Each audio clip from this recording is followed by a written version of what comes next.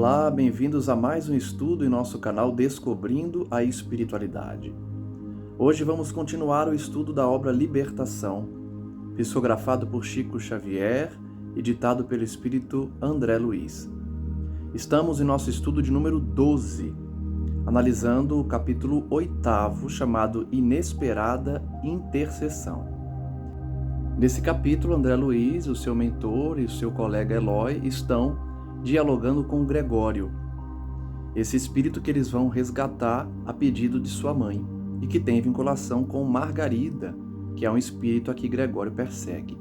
Eles estão no meio desse diálogo, onde Gúbio, o mentor de André Luiz, já deu várias referências em relação à lei de evolução, à lei de justiça, e como nós não temos o direito de aplicar a justiça por nossas próprias mãos, porque não fomos nomeados por Deus para isso, e todos estão sujeitos à lei divina, que se aplica automaticamente sem a necessidade das mãos daqueles que pretendem fazer justiça, mas na verdade estão cometendo uma maldade.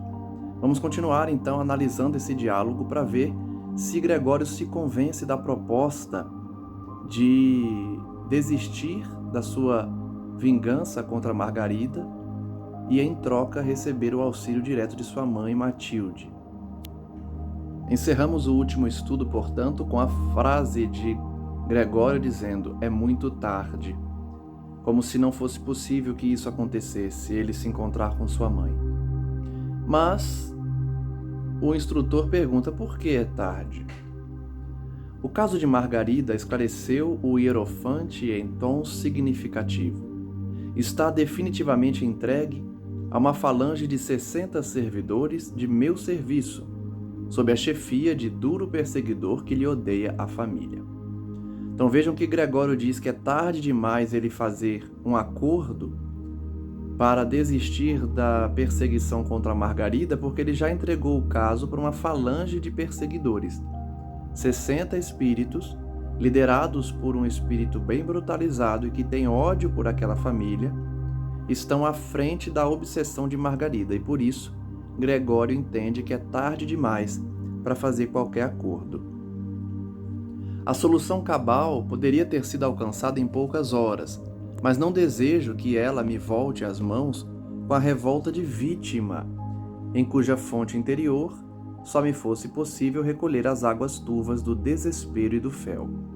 Percebam como Gregório é inteligente e conhecedor das leis divinas, dos mecanismos da lei de justiça, porque ele sabe que se ele assassina Margarida, ela vem como vítima, e aí a culpa dela não será tamanha para ele poder dominá-la.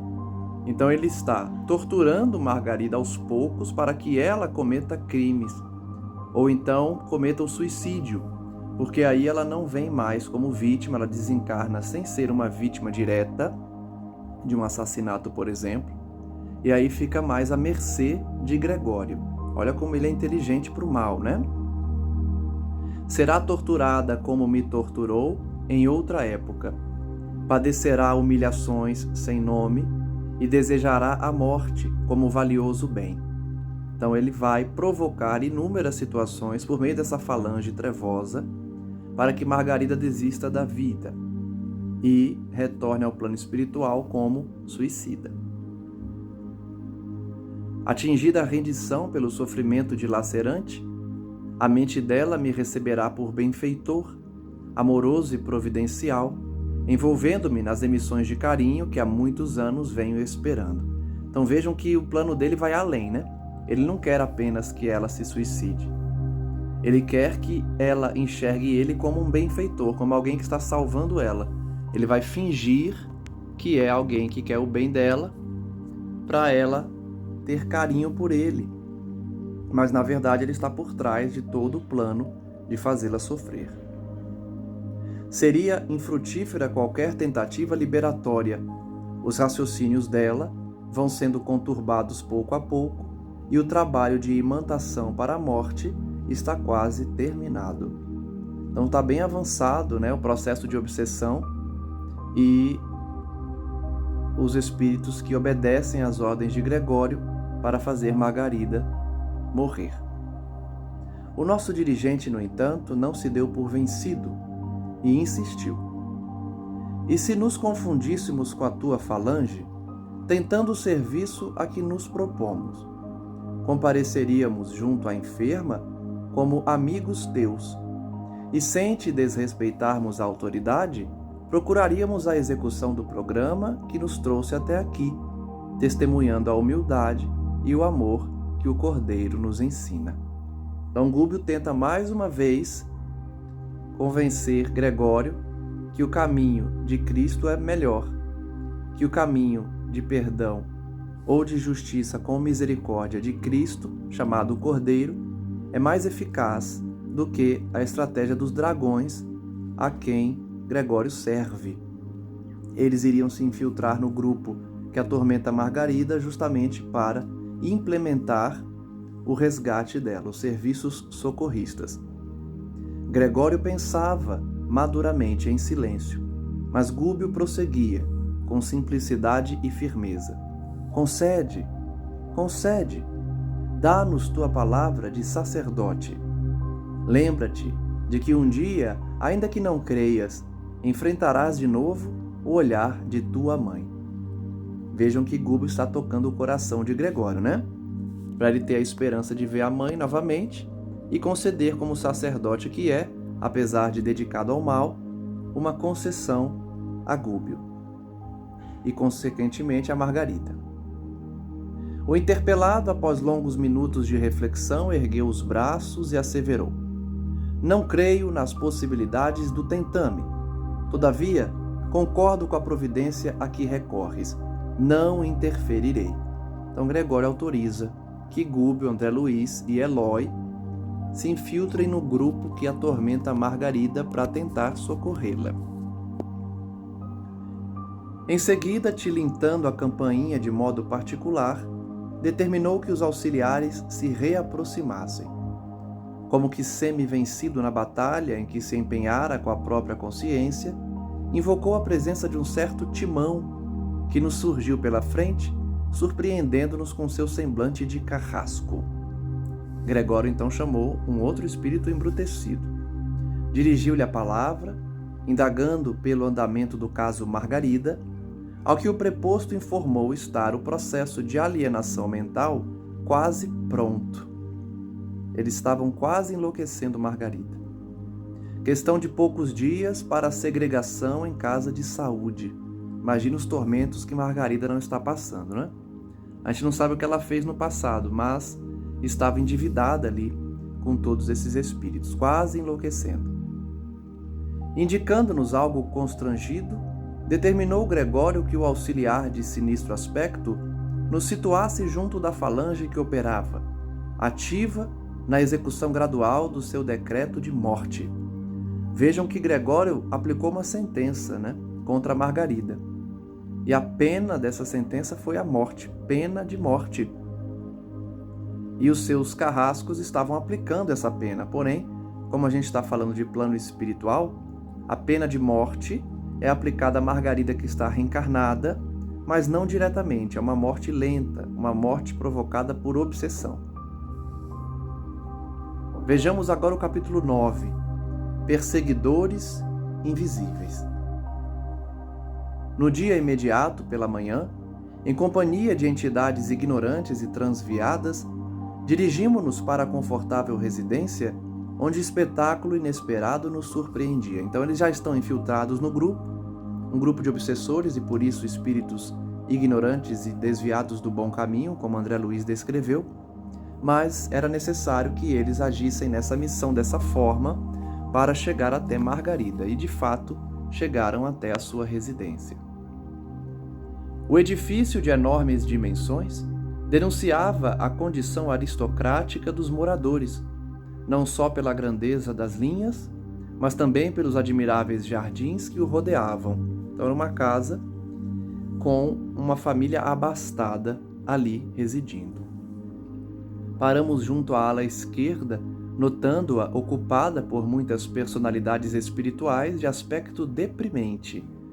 Como toda casa em que não se ora, não se faz o evangelho e principalmente não se pratica o bem, é rodeada de espíritos depressivos, maus, ignorantes, doentes. Ali não era diferente, apesar da casa ser uma casa ricamente enfeitada, né? Estava rodeada de espíritos infelizes. Rostos patibulares, carantonhas sinistras. Indiscutivelmente, aquela construção residencial permanecia vigiada por carcereiros frios e impassíveis, a julgar pelas sombras que os cercavam. Transpus o limiar de alma opressa. O ar jazia saturado de elementos intoxicantes. Dissimulei a custo o mal-estar, recolhendo impressões aflitivas e dolorosas. Entidades inferiores, em grande cópia, afluíram à sala de entrada, sondando-nos as intenções. De posse, porém, das instruções do nosso orientador, tudo fazíamos para nos assemelharmos a delinquentes vulgares. Então vejam que eles realmente estão infiltrados, né? Estão se passando por espíritos que também perseguem, que obsidiam, que estão cumprindo ordens para levar Margarida ao desespero e à loucura.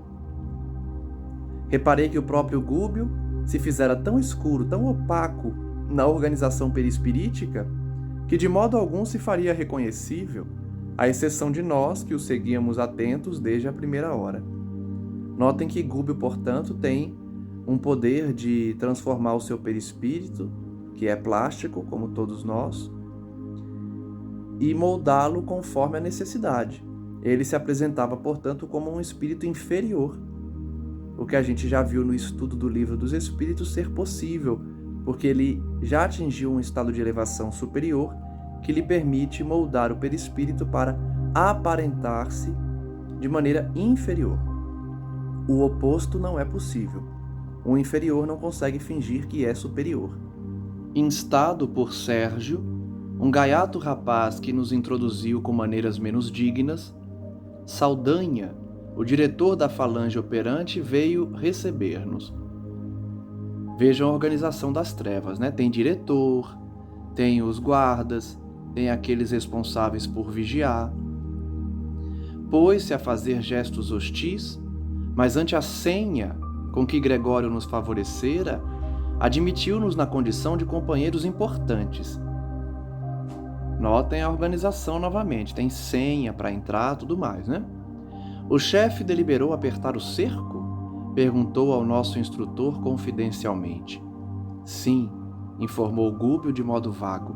Desejaríamos examinar as condições gerais do assunto e auscultar a doente. A jovem senhora vai cedendo devagarinho, esclareceu a singular personagem, indicando-nos vasto corredor atulhado de substâncias fluídicas detestáveis. E isso é natural, né? Uma casa que está cheia de espírito obsessor. Imagina o cenário espiritual dessa casa.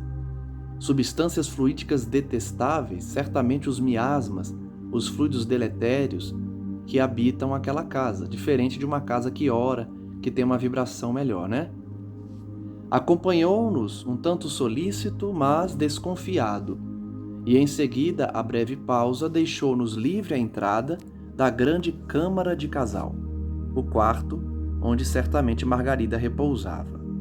A manhã resplandecia lá fora e o sol visitava o quarto, através da vidraça cristalina. Mulher ainda moça, mostrando extrema palidez nas linhas nobres do semblante digno, entregava-se à tormentosa meditação. Então, apesar do dia bonito, apesar dela ter beleza física, juventude, ela trazia um conflito enorme. Compreendi que atingíramos a intimidade de Margarida, a obsidiada que o nosso orientador se propunha socorrer. Dois desencarnados de horrível aspecto fisionômico inclinavam-se confiantes e dominadores sobre o busto da enferma, submetendo-a à complicada operação magnética. Olha só. Olha a importância de orar, olha a importância de não permitir que pensamentos intrusos possam baixar nossa vibração. Vejam como os obsessores agem, né?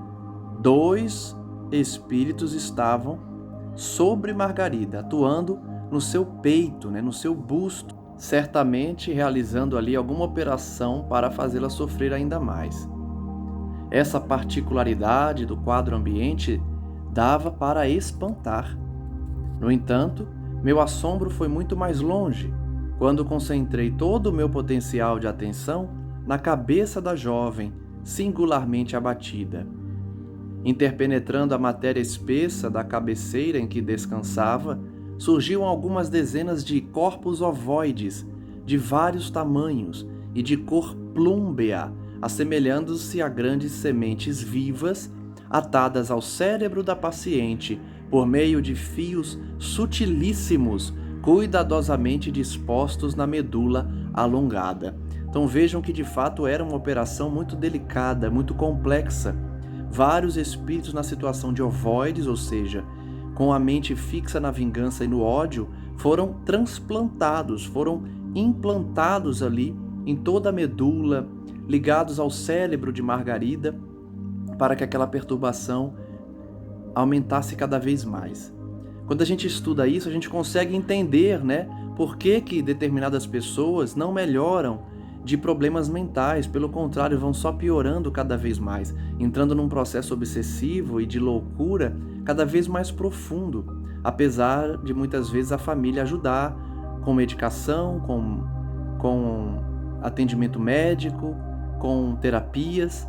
Mas se a pessoa está sofrendo um processo obsessivo de especialistas, como a gente está vendo aqui, de um grupo que é especializado na obsessão, ela está passando por medidas profundas obsessivas, inclusive de implantação de ovoides. Olha só, para a medicina humana isso pode configurar um absurdo, porque não tem a visão do lado espiritual, mas a gente sabe que as técnicas das trevas também realizam esse tipo de operação, dentre tantas outras, que vão aí fixar no cérebro da doente espíritos que comprometeram a sua forma perispirítica e se apresentam como ovoides por conta da vingança e do ódio, ficando ali o dia inteiro emanando as mesmas vibrações de ódio, de raiva, acusando a enferma dos crimes que ela cometeu. Por isso ela enlouquece, não tem como resistir, se deixar chegar nesse nível a obsessão, só mediante uma atuação externa, como a gente está vendo aqui, uma atuação de espíritos socorristas, como André Luiz, o próprio Eloy e Gúbio, que estão ali resolvendo a situação para livrá-la daqueles ovoides, porque sozinha ela não conseguiria. A obra dos perseguidores desencarnados era meticulosa, cruel. Margarida, pelo corpo perispirítico, jazia absolutamente presa, não só aos truculentos perturbadores que a assediavam, mas também à vasta falange de entidades inconscientes, que se caracterizavam pelo veículo mental, a se lhe apropriarem das forças, vampirizando-a em processo intensivo. De fato, muito cruel um processo obsessivo desse nível, nesse patamar, Ela está sendo vítima não só dos espíritos truculentos, especialistas naquele tipo de operação, mas de outros tantos que sugavam sua energia. Fora os ovoides, que já estavam instalados no seu perispírito, evocando seus crimes. Em verdade, já observara por mim grande quantidade de casos violentos de obsessão, mas sempre dirigidos por paixões fulminatórias. Então, apesar de André Luiz já ter visto processos obsessivos graves, ele revela que todos os casos que ele acompanhou eram obsessões oriundas de paixões que fulminam, que matam. Ali, no entanto, verificava o cerco tecnicamente organizado. Existe uma organização no grupo que obsedia Margarida. Eles são especialistas em obsessão. Era a primeira vez que André Luiz acompanhava um quadro nesse nível. Evidentemente, as formas ovoides haviam sido trazidas pelos hipnotizadores que senhoreavam o quadro. Aqueles dois truculentos, portanto, eram hipnotizadores, que tinham levado os ovoides e implantado eles no perispírito de Margarida. Com a devida permissão, Analisei a zona física hostilizada.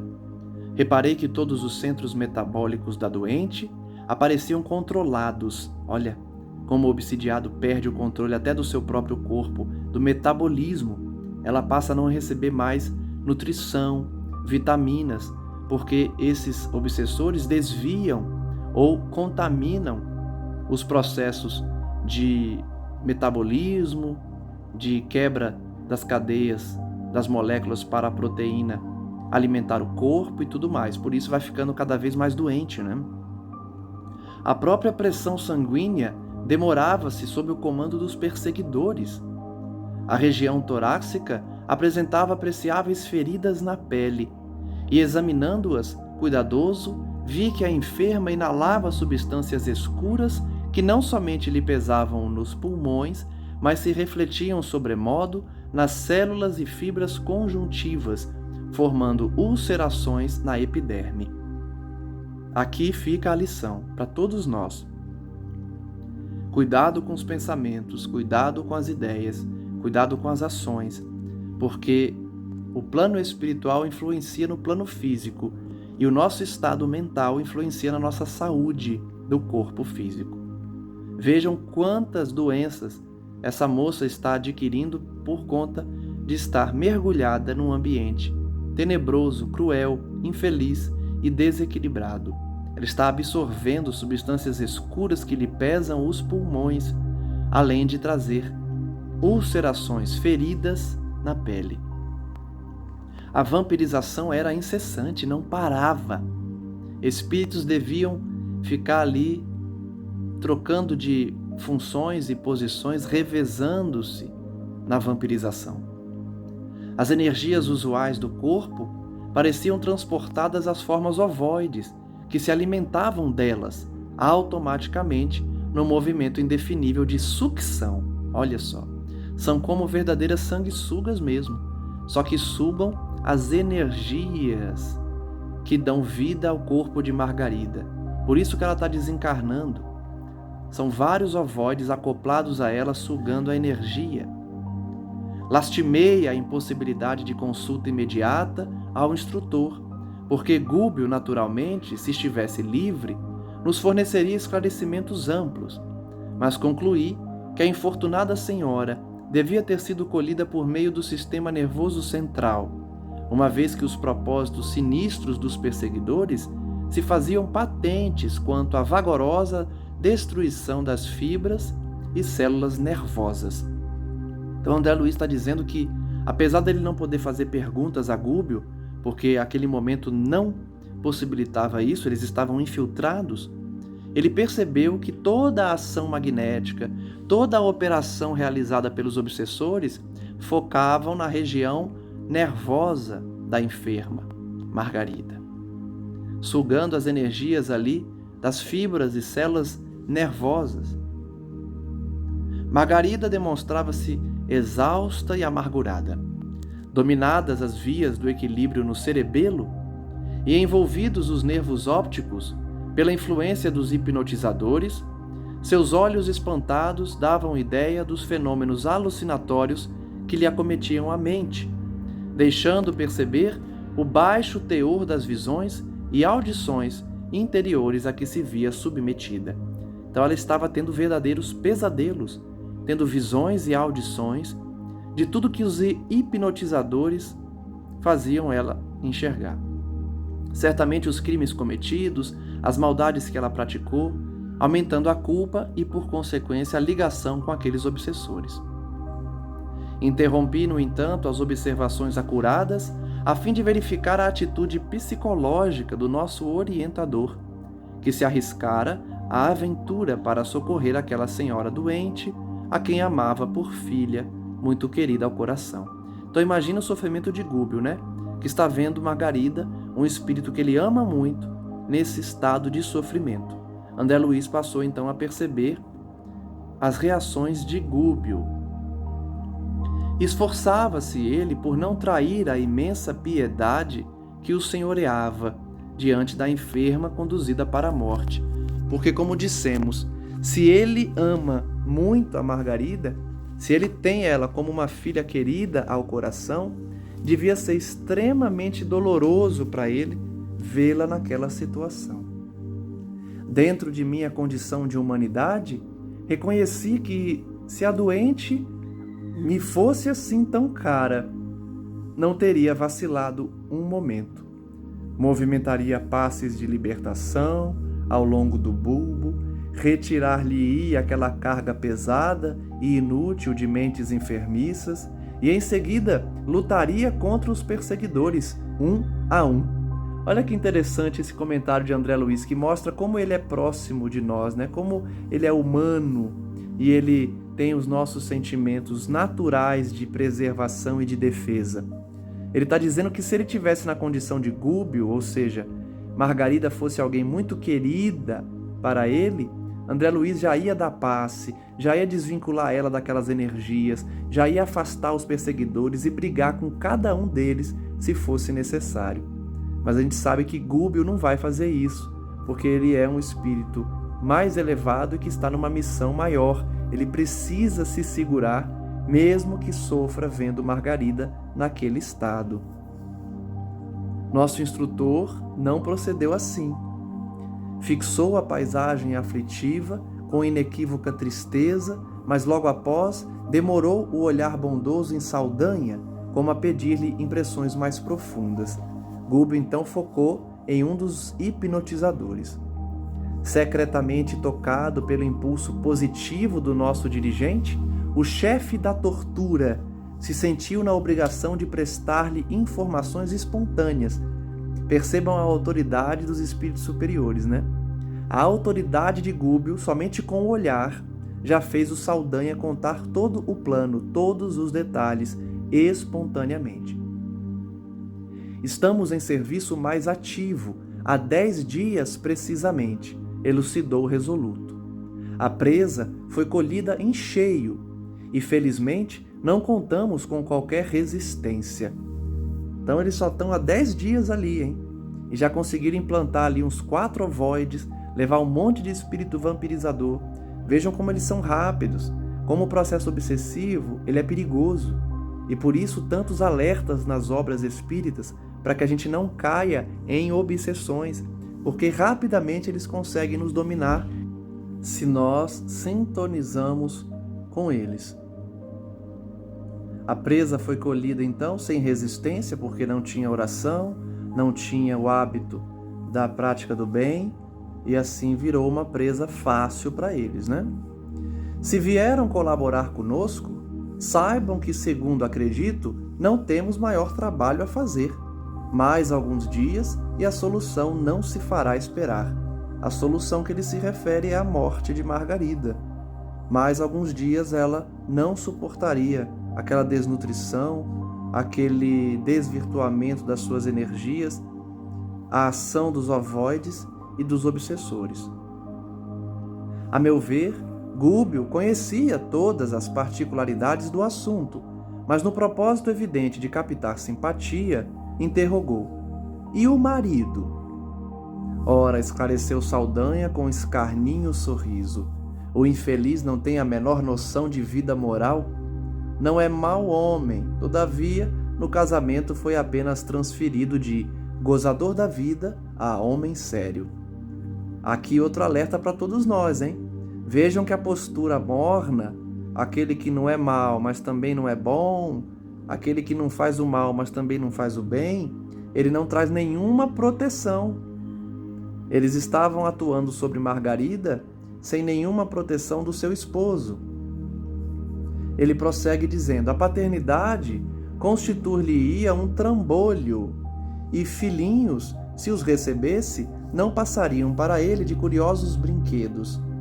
Hoje conduzirá a esposa à igreja." Olha só, mesmo tendo ali uma religião, ele não tem uma conduta suficiente para proteger Margarida, nem tem um princípio ali moral para valorizar a paternidade, por exemplo. E reforçando a inflexão sarcástica, acentuou: "Vão à missa, na esperança de melhoras." Mal acabara a informação, tristonho e simpático cavalheiro, em cuja expressão carinhosa identifiquei de pronto o esposo da vítima, entrou no aposento, com ela permutando palavras amorosas e reconfortantes. Então o esposo de Margarida estava sofrendo, né? Ia tentar ajudá-la levando ao templo da sua crença, a igreja. Amparou-a prestimoso e ajudou-a a vestir-se com esmero.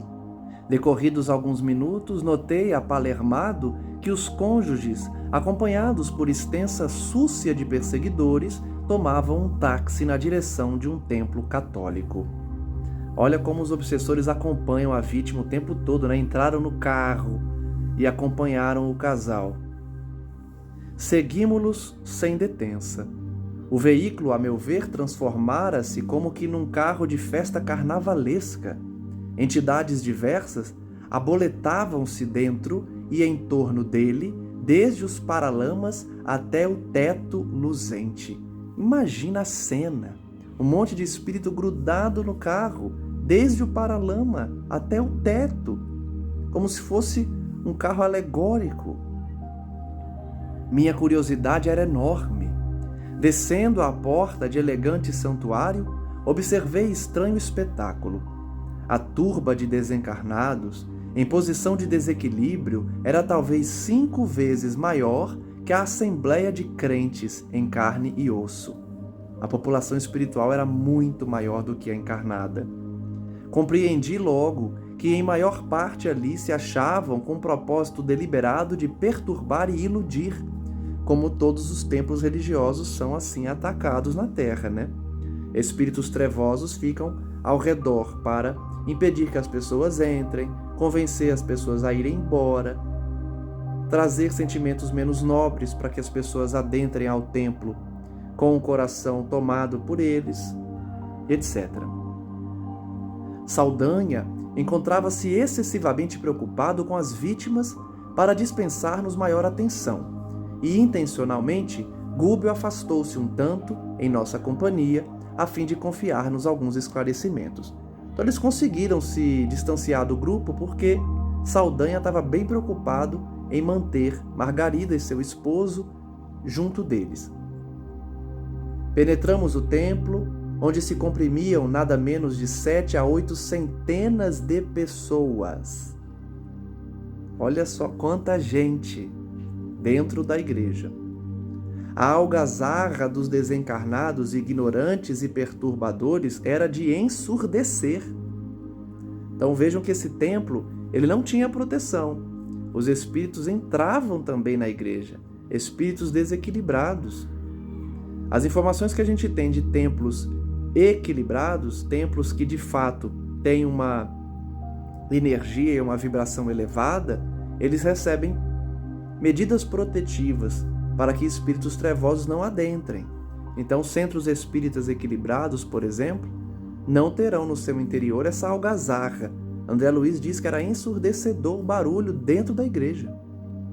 A atmosfera pesava, a respiração fizera-se-me difícil pela condensação dos fluidos semicarnais ali reinantes, naquela simbiose, né, entre encarnados e desencarnados, onde os fluidos, tanto o fluido vital dos encarnados quanto o fluido deletério presente ali, se misturavam. Todavia, ao fixar os altares, confortante surpresa aliviou-me o coração. Dos adornos e objetos do culto emanava doce luz, que se espraiava pelos cimos da nave visitada de sol. Então, apesar da bagunça, no altar tinha toda uma proteção, toda uma luz que subia para o teto da igreja e se esparramava sobre todos. Fazia-se perceptível a nítida linha divisória entre as energias da parte inferior do recinto e as do plano superior. Então é possível enxergar a diferença da energia, né, do fluido ali presente. O fluido inferior abaixo e o fluido superior acima. Dividiam-se os fluidos à maneira de água cristalina e azeite impuro num grande recipiente. Por esse motivo, a separação do joio e do trigo é muito simples, é vibratória. A energia negativa de quem está vibrando com joio é como óleo, fica abaixo, enquanto que a vibração de quem é trigo fica superior como uma água cristalina acima do azeite. Contemplando a formosa claridade dos nichos, perguntei ao nosso instrutor: que vemos? Não reza o segundo mandamento trazido por Moisés que o homem não deve fazer imagens de escultura para representar a paternidade celeste? Então André Luiz faz uma pergunta interessante, né? Um pouco ingênua, mas interessante, porque ele está pressupondo que os bons espíritos não reinam onde tem imagens, e os espíritos não ligam para isso, né? Mas ele está perguntando, é importante perguntar, por que ali nas imagens dos santos católicos e do próprio Cristo e de Maria havia essa energia superior? Sim, respondeu Rubio, o orientador. E determina o testamento que ninguém se deve curvar diante das imagens.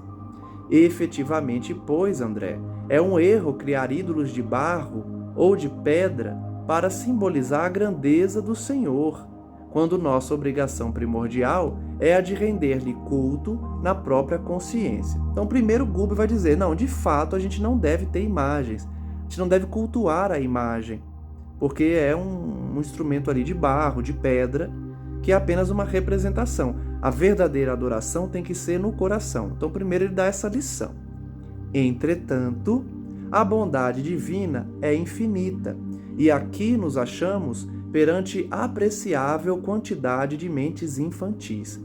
Então, ele está dizendo, apesar de não ser correto no sentido religioso, espiritual, a adoração da imagem, ali estão espíritos que precisam da imagem, precisam do ritual para elevar seus pensamentos. É como se fosse uma bengala que a pessoa precisa se apoiar para conseguir orar, para conseguir elevar seu pensamento. Então tem a sua utilidade. Não é proibido, não é algo pecaminoso, não é algo errado.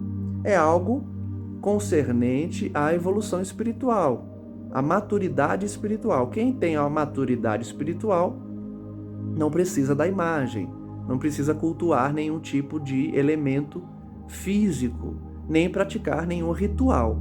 Mas esses rituais e essas imagens servem para quem ainda não atingiu essa maturidade espiritual e precisa do estímulo externo.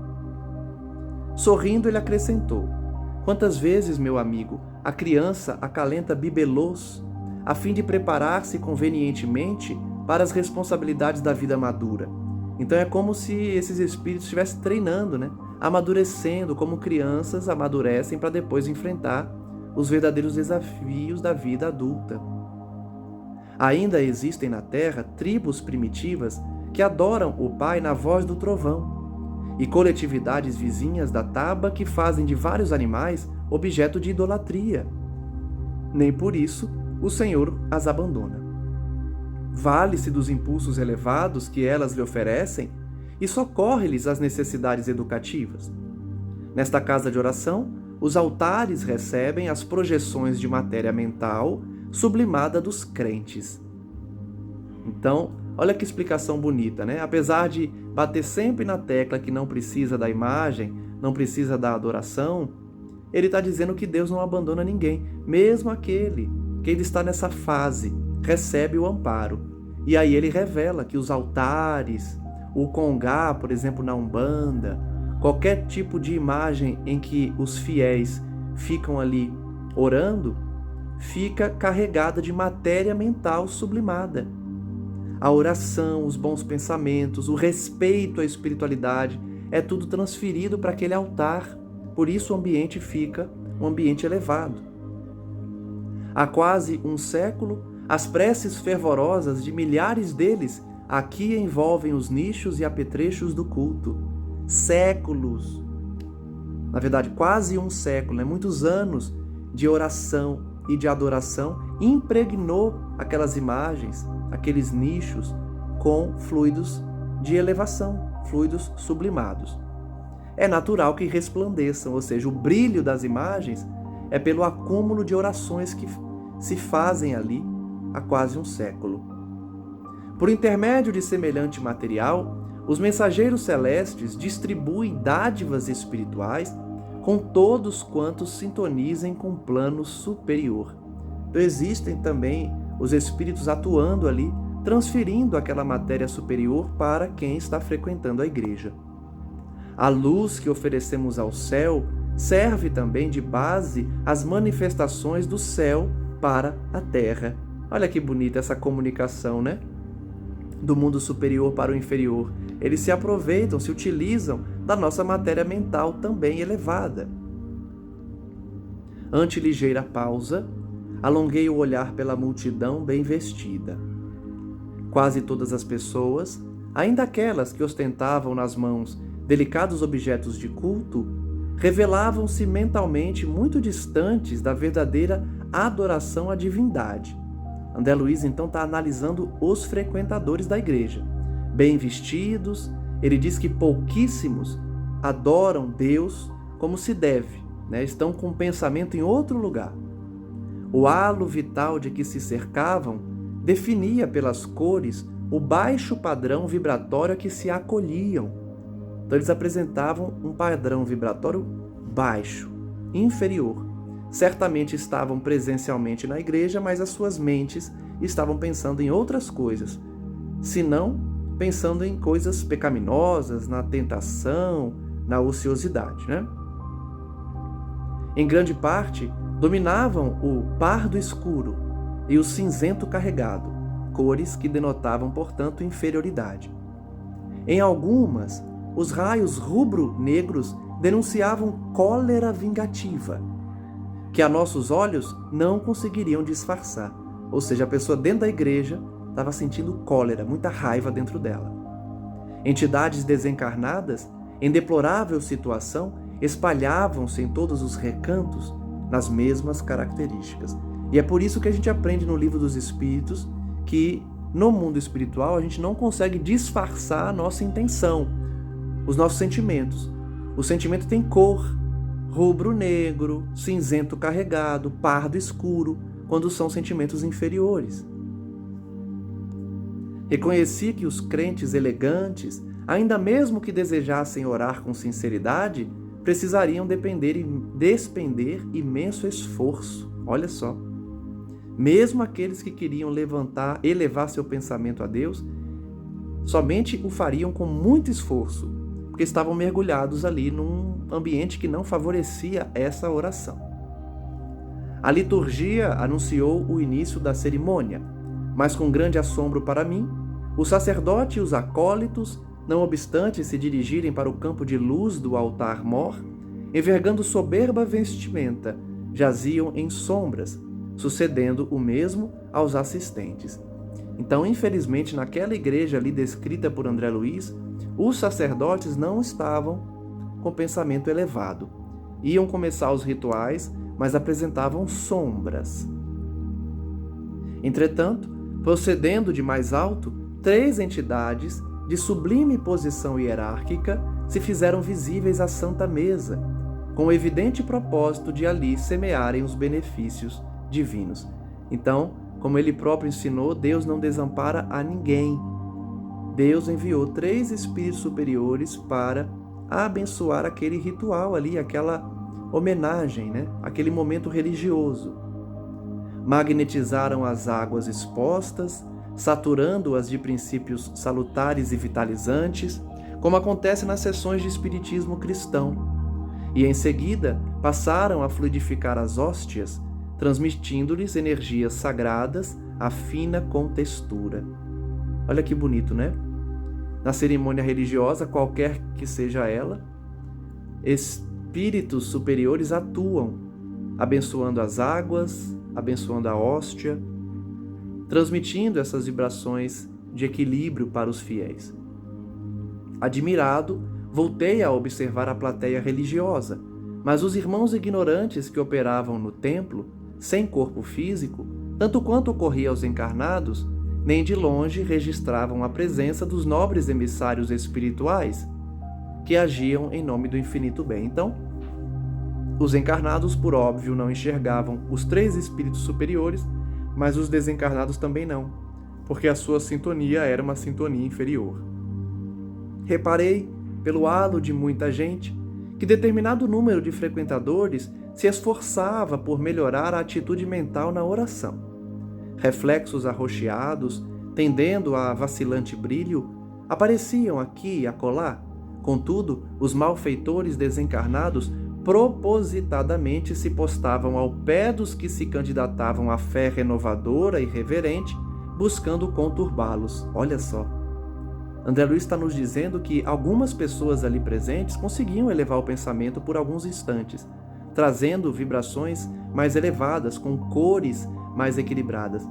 Mas os espíritos malfeitores, os inferiores, percebendo isso, começavam a perturbar essas pessoas que traziam uma vibração melhor, mais elevada.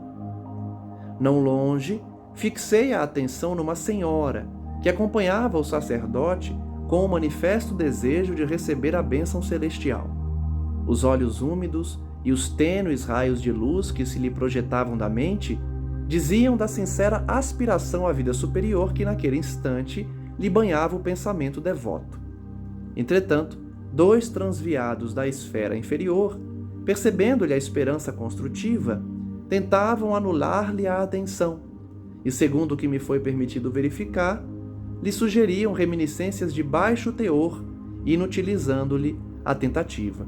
Então André Luiz descreveu um caso específico de uma senhora que estava com a intenção de elevar seu pensamento, de melhorar como pessoa, de sintonizar com as altas esferas, mas os malfeitores espirituais, percebendo isso, também perturbaram aquela senhora, fazendo sugestões para que ela baixasse sua vibração.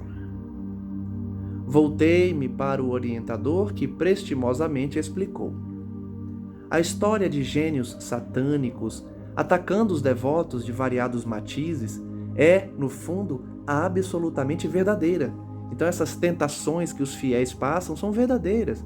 Espíritos trevosos, chamados por eles de demônios, buscam sim perturbar os fiéis. As inteligências pervertidas, incapazes de receber as vantagens celestes, transformam-se em instrumentos passivos das inteligências rebeladas, que se interessam pela ignorância das massas, com lastimável menosprezo pela espiritualidade superior que nos governa os destinos. Então vejam a simbiose, né? Os rebelados, os rebeldes, perturbam os que são pervertidos. Então quem cai em tentação, quem sintoniza com o desequilíbrio, sintoniza com essas inteligências rebeldes.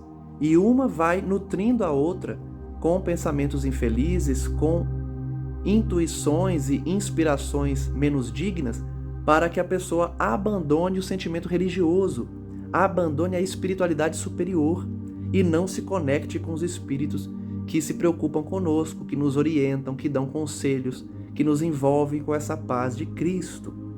Então, de fato, existem os ataques, a gente sabe, né? Todos nós estamos sujeitos diariamente a sofrer os ataques dos trevosos, que querem nos fazer cair como eles caem, querem que nós abracemos os mesmos vícios e tentações que eles abraçam. A aquisição de fé, por isto mesmo, demanda trabalho individual dos mais persistentes. Tem que orar todo dia, tem que sintonizar com o bem todos os dias, de forma persistente, para não cair nas malhas dos desequilibrados, dos rebeldes e dos que se entregaram aos desvarios da alma. A confiança no bem e o entusiasmo de viver que a luz religiosa nos infunde modificam-nos a tonalidade vibratória. Quando a gente sintoniza, nossa vibração muda de cor, muda de cheiro, muda de aspecto e impede a ação dos trevosos.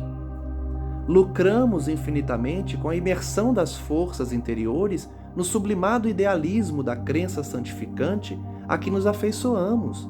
Por isso é importante a religião, se afeiçoar a uma crença que santifica. Todavia, o serviço real que nos cabe não se resume só a palavras, não adianta só falar, orar e pregar. A profissão de fé não é tudo.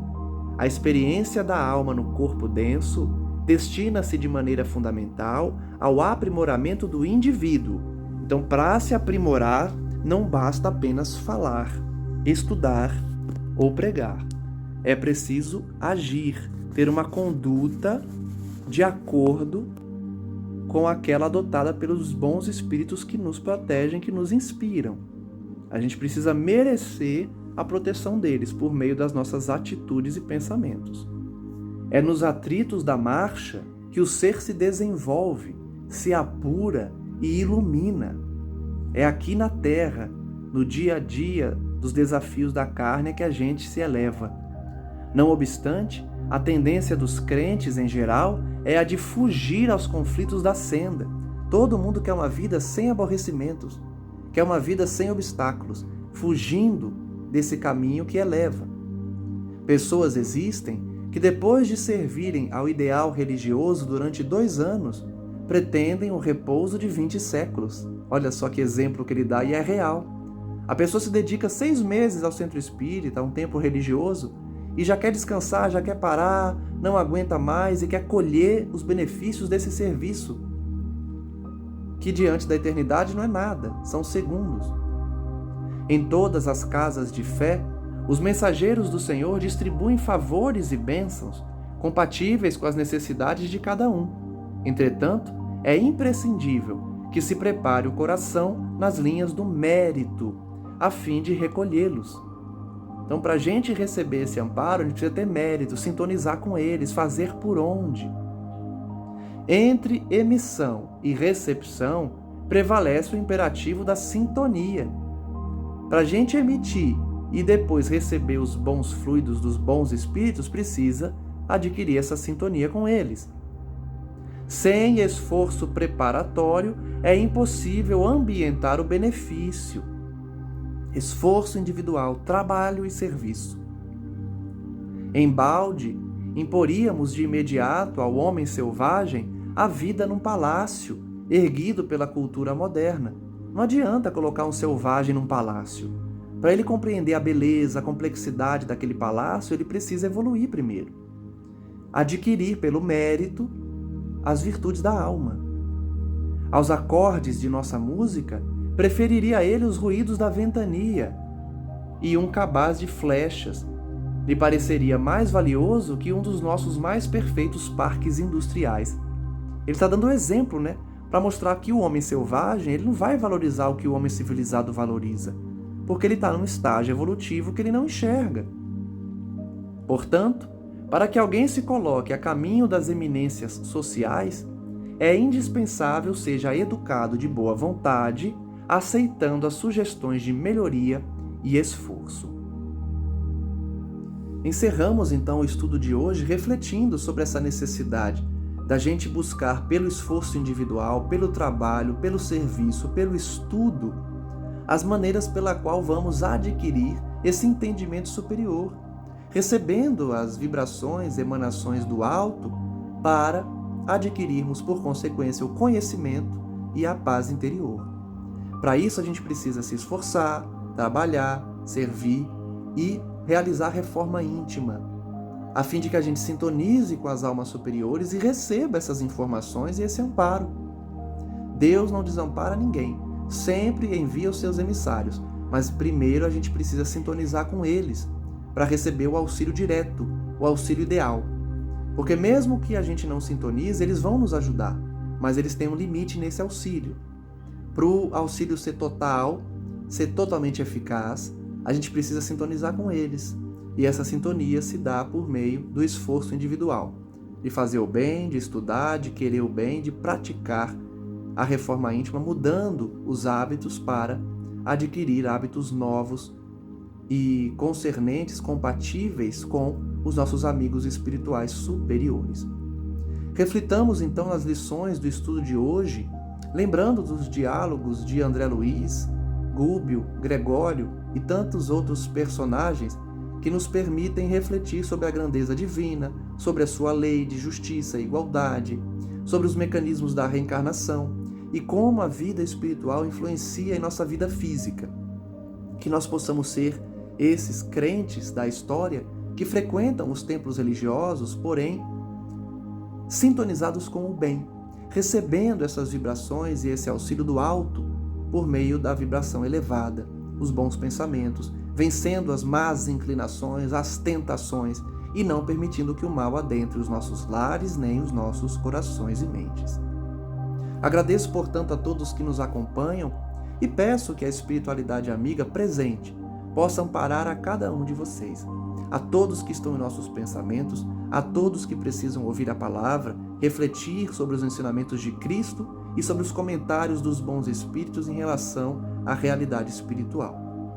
Que nós todos, pouco a pouco, possamos estudar, aprender e cultivar o bem em nossos corações para que as nossas condutas possam também se alterar no dia a dia, com os nossos familiares, com os nossos colegas de trabalho, com a sociedade em geral e com aqueles que nos observam também do plano espiritual. Agradecemos pelo amparo, agradecemos pelo envolvimento e rogamos que a espiritualidade amiga envolva-nos, inspirando-nos e levando também essa palavra aos mais necessitados, para que eles possam despertar o quanto antes para a realidade espiritual e possam arrepender-se do que fizeram de errado, das maldades e dos desequilíbrios cultivados na última encarnação. Que nós todos, na qualidade de alunos, na qualidade muitas vezes de detentos na prisão da terra, respondendo pelas mazelas que provocamos aos outros, possamos também refletir sobre essa necessidade de nos colocarmos como aprendizes e nos esforçarmos a cada dia na prática do bem, a fim de vencermos a nós mesmos e saldarmos nossas dívidas, reequilibrando o nosso estado mental para abandonarmos a culpa e os sentimentos menos dignos que nos prendem ao passado.